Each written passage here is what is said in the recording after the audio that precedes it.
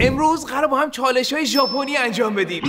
کشوندن سفره از روی میز بدون اینکه لیوانایی که توش پر از نوشابه است نریزه.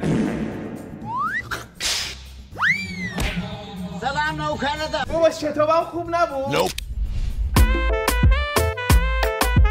3 2 1 همه رو شکوندم. تو اصلا کل زندگی رو خراب کردی با این حرکت. چالش آخرمون، چالش سرخ خوردن روی سرسره مخصوص استودیوی کومان. تو فقط چرا داری بالاتنه؟ تو فقط مگه با بالاتنه راستی پایین تنه هم بزن. نایس.